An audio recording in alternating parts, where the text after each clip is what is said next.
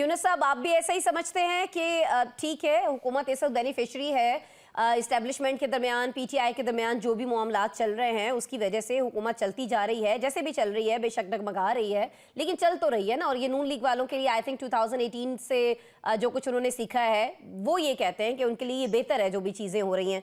तो आपको लगता है कि जो बात शराज साहब ने कही है कि अगर मुज़ाकरात कर लिए जाएँ तब भी ये बेनिफिशरी रह सकते हैं, तब भी इनका अपना फ़ायदा ही है, नुकसान नहीं है? यूनुस सर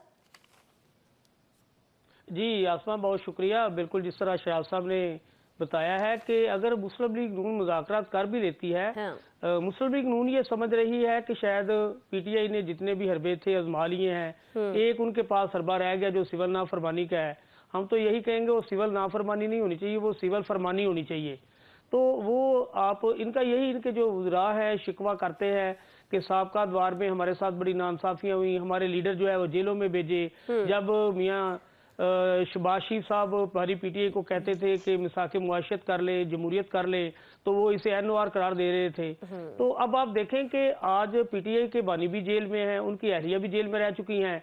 तो मेरे ख्याल में ये एक मुज़ाकरात का बेहतरीन मौका है। आप ये तो कह सकते हैं कि मुआशरत पहले से बेहतर हुई है, लेकिन आप ये नहीं कह सकते कि 100% जो है वो इस्तेहकाम आ गया है।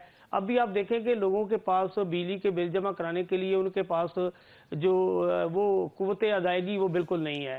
तो मुस्लिम लीग नून को ये भी सोचना चाहिए कि वो पहले भी पीपल्स पार्टी के हाथों ब्लैकमेल हो रही है। जो जरदारी साहब हैं वो किसी वक्त भी पैंतरा बदल सकते हैं और उन्हें मुज़ाकरात में ही जाना चाहिए। इसमें मुल्क में इस्तेहकामत भी आ सकती है, सियासत में भी इस्तेहकाम लाना बहुत ज़रूरी है। अगर ये इस तरफ नहीं जाएंगे तो आप देखें कि जो हालात इसका तकाजा नहीं कर रहे, क्योंकि मुल्क में ना तो सियासत ठीक चल रही है। जो पीटीआई की जानब से ये वो अपने हर कोई ना कोई नया रबा इस्तेमाल कर रहे हैं। मुस्लिम लीग नून को ये सोचना चाहिए कि कल तक जो पीटीआई जेयूआई के साथ नहीं बैठ सकती थी, आज वो जेयूआई के साथ बैठी हुई है। तो हमें पीपल्स पार्टी को और नून लीग को आपस में बैठने में, पीटीआई और नून लीग को आपस में बैठने में क्या इख्तलाफ हो सकता है?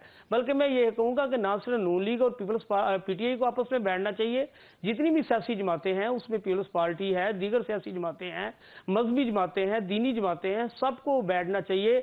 कुछ पीटीआई को भी अपने इस पे नज़रसानी करनी चाहिए मुज़ाकरात के दौरान जो उनका रवैया है, और नून लीग को भी अपने इस रवैये पे नज़रसानी करनी चाहिए। कौन से वाले रवैये पे यूनुस साहब गौर करना चाहिए पीटीआई को?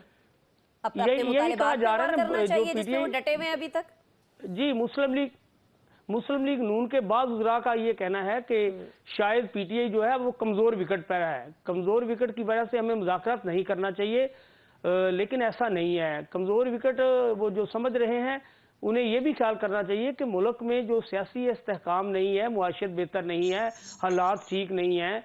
जरदारी साहब किसी वक्त भी अगर पैंतरा बदल गए तो हालात तब्दील हो जाएंगे। अगर वाकईतन रेमिटेंसेस जो हैं वो रुक जाती हैं, बाहर से पैसा आना कम हो जाता है, चलें बंद नहीं होगा, कम तो होगा ना, फैन फॉलोइंग तो रखते हैं ना बानी पीटीआई बाहर के ममालिक में, और सिविल नाफरमानी जो है तहरीक उसका भी ऐलान कर देते हैं, तो फिर क्या सिचुएशन हो सकती है? आपको नहीं लगता कि नून लीग को कम अज़ कम इस पॉइंट पर कुछ सोचना चाहिए, या आप समझते हैं कि बिल्कुल नून लीग को जो लग रहा है ये नाकाम होगी तहरीक, इस वजह से वो इतनी कॉन्फिडेंट दिखाई दे रही है कि नहीं करते हम मुज़ाकरात, जो करना है कर लो?